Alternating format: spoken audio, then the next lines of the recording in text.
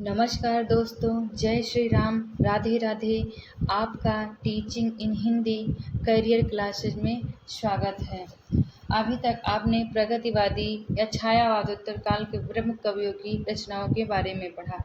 अब आप नई कविता को जानिए। नई कविता का प्रारंभ जो हुआ था ये सन 1954 ईस्वी में हुआ था। कब हुआ था? सन 1954 ईस्वी में हुआ था नई कविता का आरंभ। बच्चन सिंह एक ऐसे लेखक हैं जो नई कविता का आरंभ सन 1951 ईस्वी को मानते हैं।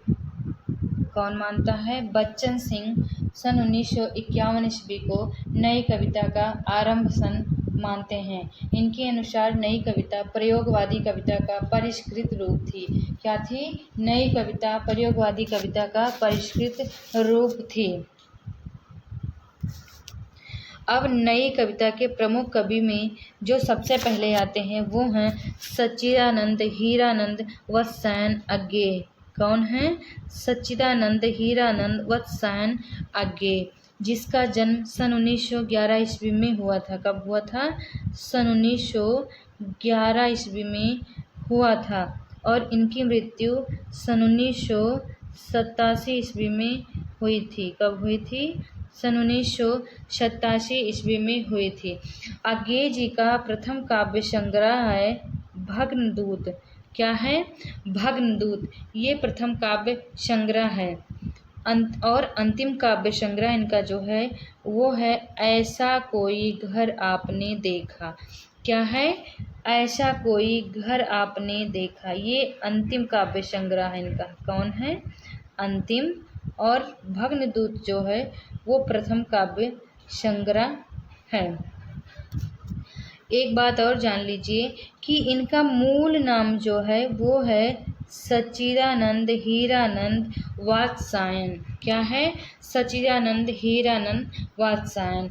अज्ञे जो है इनका उपनाम है। क्या है? अज्ञे इनका उपनाम है। अब इनके काव्य संग्रह, पहला काव्य संग्रह आपको बताएं भग्नदूत। क्या है? भग्नदूत 1933 ईस्वी में लिखा गया था। कब लिखा गया था? सन 1933 ईस्वी में लिखा गया। दूसरा आता है चिंता। क्या आता है? चिंता। चिंता इसका रचना काल है सन 1942 ईस्वी। कब है? सन 1942 ईस्वी। तीसरा है इत्यलम 1946 ईस्वी। क्या है? सन 1946 ईस्वी। हरी घास पर क्षण भर। हरी घास पर क्षण भर 1949 ईस्वी। बावरा अहेरी 1954 ईस्वी। कब है? सन 1954 ईस्वी। इंद्रधनुष रौंदे हुए। इंद्रधनुष रौंदे हुए। अब इंद्रधनुष रौंदे हुए की रचना 1957 ईस्वी में लिखी गई थी। कब? 1957 ईस्वी में। अरि ओ करुणा प्रभामय। अरि ओ करुणा प्रभामय 1962 ईस्वी। आंगन के पार द्वार। क्या है? आंगन के पार द्वार सन 1961 ईस्वी। कब है? सन 1961 ईस्वी।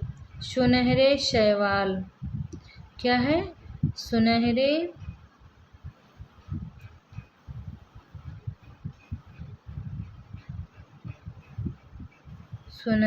शैवाल। इसकी रचना सन 1966 ईस्वी में हुई थी। कब हुई थी? 66 ईस्वी में हुई थी।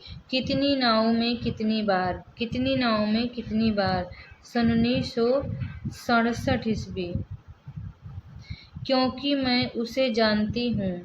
क्योंकि मैं उसे जानती हूँ 1969 ईस्वी। 1969 ईस्वी।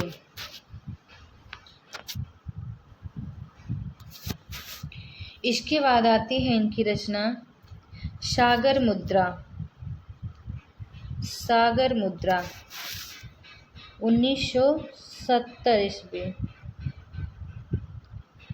पहले मैं सन्नाटा बुनता हूँ 1973 ईस्वी। पूर्वा 1965 ईस्वी। महावृक्ष के नीचे 1977 ईस्वी। महावृक्ष के नीचे 1977 ईस्वी। नदी की बाग छाया 1981 ईस्वी। ऐसा कोई घर आपने देखा है 1986 ईस्वी। ये थे इनके काव्य संग्रह। क्या था? काव्य संग्रह। अज्ञे जी अस्तित्ववाद में आस्था रखने वाले कवि थे। किसमें? अस्तित्ववाद में आस्था रखने वाले कवि थे। अज्ञे की प्रयोगवाद तथा नई कविता का, अज्ञे को प्रयोगवाद व नई कविता का, किसका?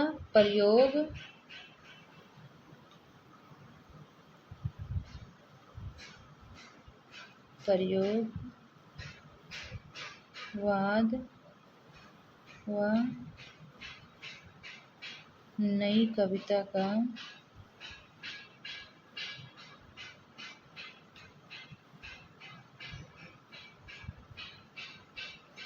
सलाका पुरुष कहा जाता था। क्या कहा जाता था? सलाका पुरुष कहा जाता था। अब अज्ञे जी की चर्चित कविताएं जो हैं, ऊपर आपने जो पढ़ा वो थे काव्य संग्रह। क्या थे? काव्य संग्रह। अब इनकी चर्चित कविताएं में जो हैं वो हैं असाध्य वीणा। असाध्य वीणा। कलगी बजरे की। क्या है? कलगी बाजरे की। सांप। नदी के द्वीप। क्या है? नदी के द्वीप। हरी घास पर क्षण भर। इस नाम से इनके काव्य संग्रह भी हैं और इसके चर्चित कविता भी है। जितना तुम्हारा सच, शब्द और सत्य, यह दीप अकेला। ये सारी इनकी चर्चित कविताएं हैं। क्या है? इनकी चर्चित कविताएं हैं। असाध्य वीणा नामक जो इनकी कविता है, ये एक लंबी कविता है। क्या है? लंबी कविता है।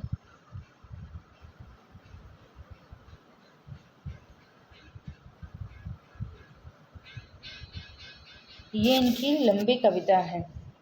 इसका मूल भाव है अहम का विसर्जन। क्या है? अहम का विसर्जन। अहम का विसर्जन का मतलब होता है कि अपने अहंकार का विसर्जन करना।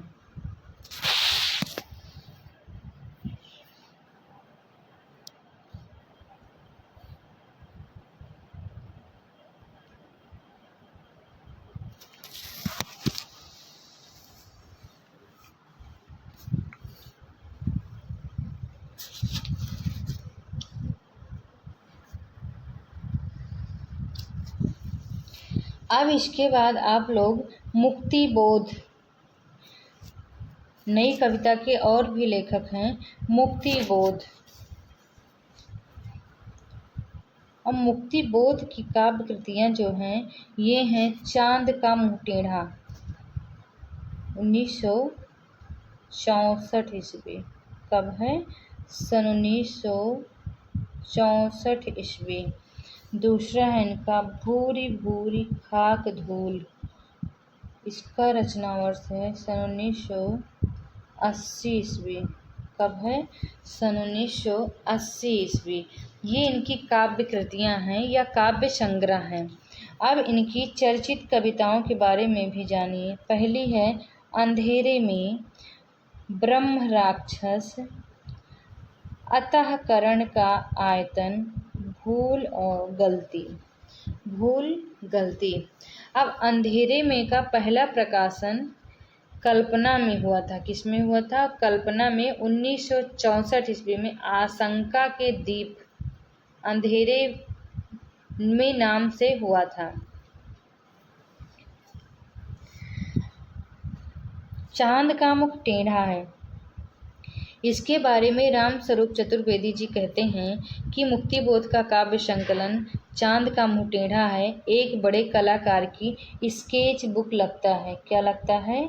एक बड़े कलाकार की स्केच बुक लगता है।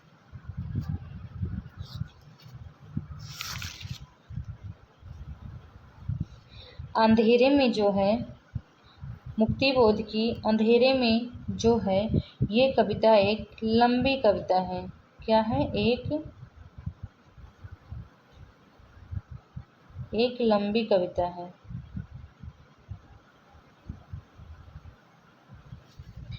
लंबी कविता है।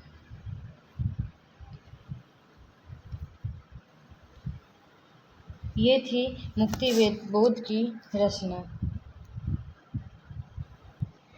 मुक्तिबोध जी ने लिखा है कि नई कविता वैविध्यमय जीवन के प्रति आत्मचेतस व्यक्ति की प्रतिक्रिया है। नई कविता का स्वर एक नहीं विविध है। ये है मुक्तिबोध द्वारा लिखा गया नई कविता के बारे में। मुक्तिबोध की जो अंधेरे में कविता है, क्या है?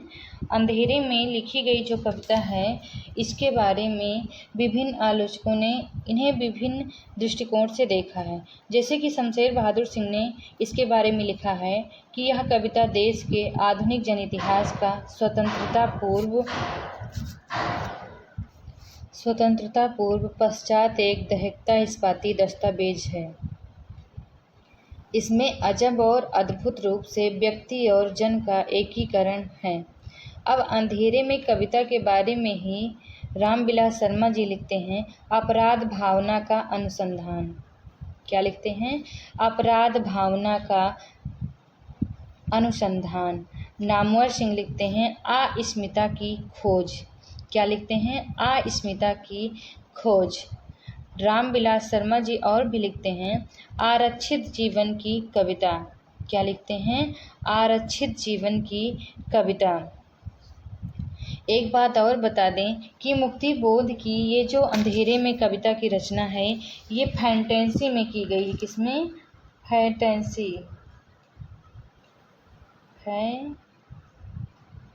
फैंटेसी में की गई है।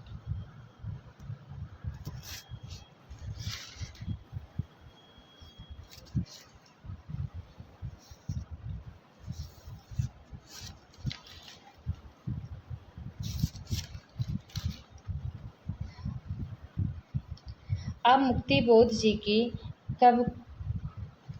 कविता की एक पंक्ति है अंधेरे से। ओ मेरे आदर्शवादी मन। क्या है? ओ मेरे आदर्शवादी मन। ओ मेरे